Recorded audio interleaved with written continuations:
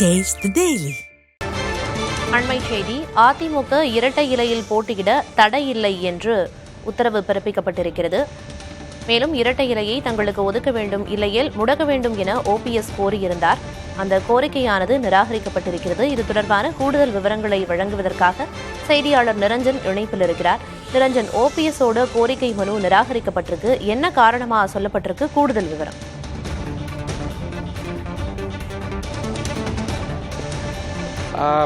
கடந்த 23ஆம் தேதி நாடு முழுவதும் இருக்கக்கூடிய அத்தனை அங்கீகரிக்கப்பட்ட மாநில கட்சிகளுக்கான அந்த எலெக்ஷன் சிம்பிள்கள் என்னென்ன ஒதுக்கப்பட்டிருக்கு அப்படின்றதுக்கான இறுதியான ஒரு ஆவணத்தை இந்திய தலைமை தேர்தல் ஆணையம் வெளியிட்டிருக்கிறாங்க.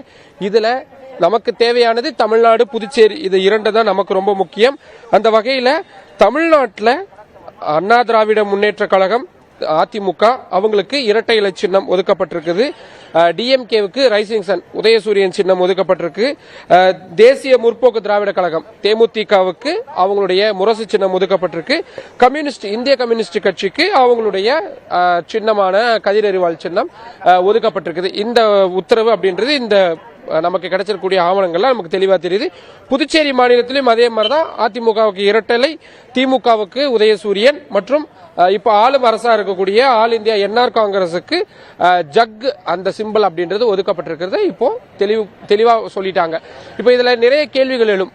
இரட்டை இலை சின்னத்தை முடக்கணும், அது மட்டும் இல்லாம அந்த சின்னத்தில் பேர்ல அதிமுகவினர் யாரும் போட்டியிடக்கூடாது இப்படின்னு பன்னீர்செல்வம் ஆகட்டும், புகழேந்தி தரப்பாகட்டும், ராஜா ஆதித்யன் இப்படின்னு நிறைய பேரு தேர்தல் ஆணையத்திலும் சரி டெல்லி உயர்நீதிமன்றத்திலையும் மனு தாக்கல் செய்திருந்த நிலையில இப்போ இது அபிஷியலான ஒரு டேட்டாவா நம்ம பார்க்க வேண்டியதா இருக்கு. அதிமுக இரட்டை இலை சின்னத்துல போட்டியிடுறதுல எந்த விதமான தடையும் இல்லை அப்படின்றத தேர்தல் ஆணையம் சொல்லி இருக்கக்கூடிய இந்த கொடுத்திருக்கக்கூடிய இந்த பட்டியல்ல நம்ம புரிஞ்சுக்க வேண்டியதா இருக்கு.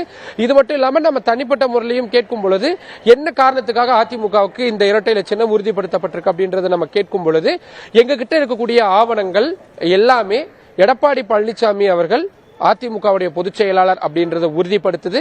எனவே அவருடைய அந்த பதவி உறுதிப்படுத்துவதன் காரணமாக அவர் யார் யாரையெல்லாம் வேட்பாளராக நிறுத்துறாங்களோ அவங்க அத்தனை பேரும் அதிமுகவின் இரட்டை இலை சின்னத்தில் போட்டியிடுறதுல எந்த தடையும் கிடையாது.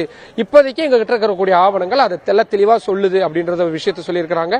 சோ இந்த நாடாளுமன்ற தேர்தலில் இரட்டை இலை சின்னம் முடக்கப்படுமா அப்படின்ற நிறைய கேள்விகள் எழுந்துட்டு வந்த நிலையில தேர்தல் ஆணையத்துடைய இந்த ஆவணம் அப்படியெல்லாம் கிடையாது. இரட்டை இலை சின்னத்தில் அதிமுகவினர் தொடர்ந்து போட்டியிடலாம் அப்படின்றத உறுதிப்படுத்தி இருக்கு. இரட்டை இலையை முடக்க கோரிய OPS-இன் மனு நிராகரிக்கப்பட்டிருக்கிறது. விவரங்களை வழங்கியதற்கு நன்றி நிரஞ்சன்.